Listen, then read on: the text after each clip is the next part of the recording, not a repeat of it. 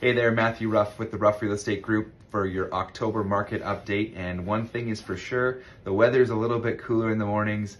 The leaves have changed colors on the trees and they're starting to fall. We're losing a bit of daylight, but hopefully you are staying outdoors and active with the little daylight we are getting, because we have had some nice days. I just wanted to jump into something real quick here that we've seen a lot of this year, and I thought it would be very valuable for you, and that is subject to sale offers. We have seen a lot of them this year. And what this means is you are going out and looking at something, you may have found something in an open house and you like it, it's your dream home, and now you want to put an offer subject to the sale of your current residence, which is likely not on the market yet. So there are a few things to consider when doing this.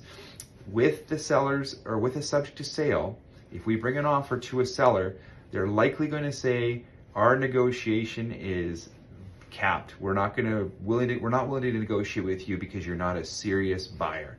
And what they mean by that is that if we don't sell our place that we have to sell, they still have their residence. They don't have to give it up. It's still on the market. People can still come and view it. That's how that looks. So if you're trying to write an offer subject to the sale of your house, be prepared to have little negotiating room or having to pay a little bit more than what you may perceive as market value for the sellers to accept your offer subject to sale. Now you will have all your conditions, so that's financing, inspection, reviewing of city documents, reviewing of the home documents for 10 to 14 days. And then on top of that, you would have another month to 2 months to selling your house. So subject to the sale of this residence on or before, and then making that 1 to 2 months after your standard conditions. So that's step one.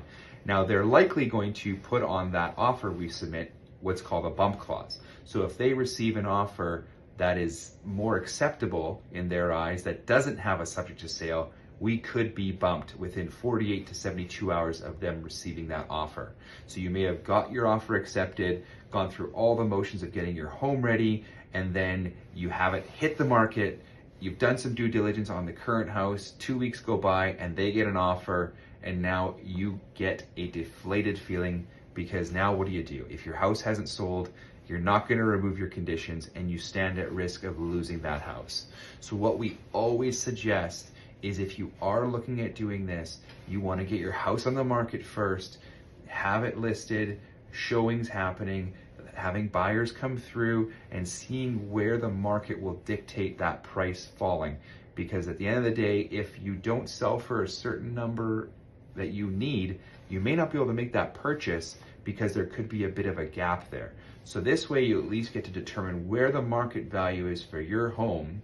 And then once that offer becomes firm, now you can go shopping and see what you can go and buy in that price range that you're comfortable with. Otherwise, you may have to make some concessions. And if you have found the house of your dreams and your home hasn't sold yet, the next best thing that's going to take that home to get sold is a price reduction. And until that price reduction comes into fruition and somebody feels that price now is attractive to make an offer, there could be that shortfall that I talked about. So it's not a very good spot to be in.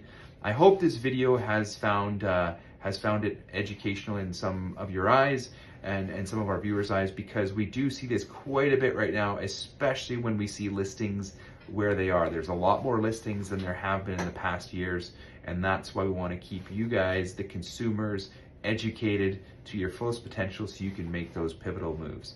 If you have any further questions, please feel free to reach out to Courtney or myself, and we can fill you in further on how to set up a subject to sale game plan. They're not always bad, they're good, but it's just how you structure that deal.